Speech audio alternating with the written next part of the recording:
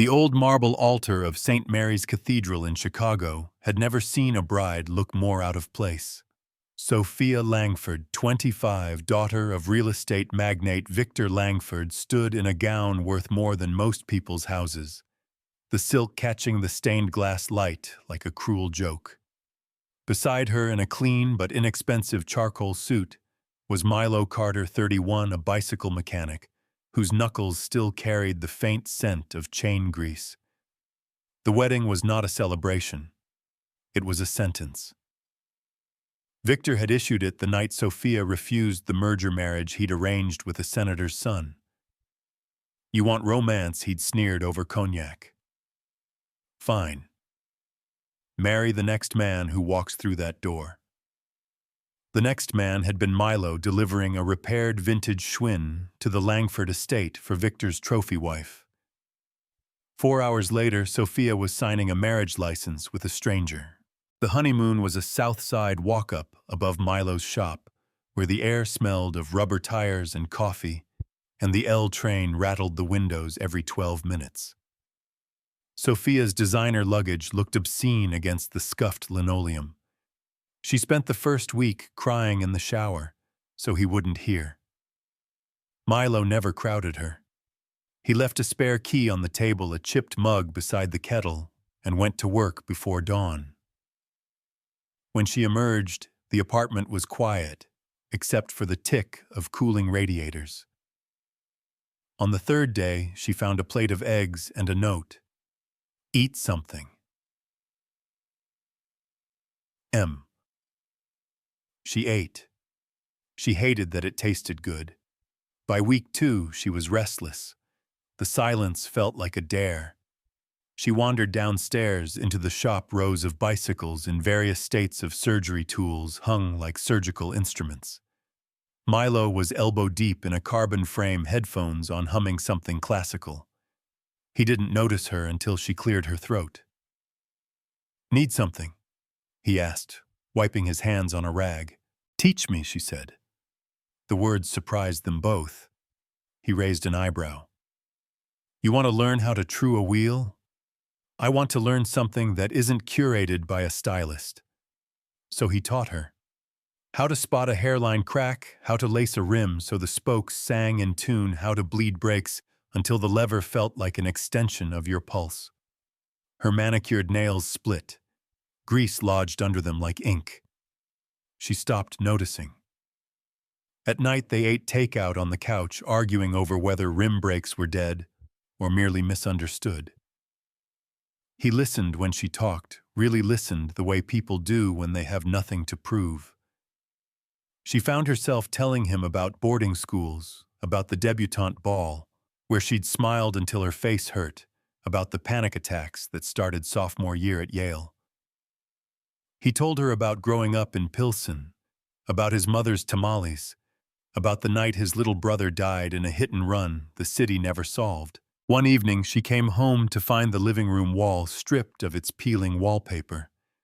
Beneath was brick, warm, honest Chicago brick. Milo stood in the dust, holding a sledgehammer like a question. "Thought we could use the texture," he said. She laughed, the sound startling them both. "You're insane." "Probably." They painted the brick white, hung string lights pushed the couch against it. The apartment began to feel like a place where people lived instead of pustuled. 3 months in, Sophia sold her last Birkin on eBay and used the money to buy a second-hand cargo bike. She started delivering parts for Milo's shop, weaving through traffic with a reckless joy she hadn't known she possessed. Her father's calls went to voicemail. Then came the night Milo didn't come home. She waited until the shop lights clicked off, until the street outside emptied. At 2 a.m., she took the L to the hospital because his phone had gone straight to voicemail and the charge nurse knew his name. He was in ICU, collarbone, shattered face, bruised violet. A drunk driver had clipped him on the ride home from a late repair. Sophia sat beside the bed, holding the hand that wasn't in a cast, and realized she was shaking with a fear that had nothing to do with inheritance clauses. When he woke, his first word was her name. "You're not allowed to scare me like that," she whispered. "Occupational hazard," he croaked. "Bikes don't have airbags." She kissed his forehead, tasting salt and antiseptic. "Then we're getting you a car." He laughed, then winced. "Make it a station wagon, practical." Recovery took 6 weeks. Sophia learned to cook badly, then better. She read aloud to him from the stack of paperbacks on his shelf, Borges Octavia Butler, a dog-eared copy of The Prince of Tides. He corrected her Spanish pronunciation and taught her how to change her own oil. When the cast came off, he proposed on the roof of the shop at sunset, holding a ring he'd forged from a discarded titanium spoke. "It's not much," he said. "It's everything," she answered. They renewed their vows in the same cathedral, but this time the pews were empty, except for Milo's mother and Sophia's college roommate, who'd flown in secretly. Sophia wore a simple linen dress. Milo wore the same charcoal suit, now tailored to fit the muscle he'd gained hauling frames. They wrote their own vows on the back of a shop invoice. Afterward, they moved to a small house in Oak Park, with a garage big enough for a workshop and a yard big enough for a dog. Sophia started a nonprofit fixing bikes for kids in foster care. Milo expanded the shop, hired 2 apprentices, and still came home every night smelling of citrus cleaner and possibility. 2 years later, on a cold March morning, Sophia stood in the kitchen holding a positive test. Milo was at the table sketching a new cargo prototype. She slid the stick across the wood like a winning poker hand. He looked up, eyes wide. "You serious?" "As a bent derailleur." He crossed the room in 2 strides, lifted her off the floor, and spun her until the dog started barking.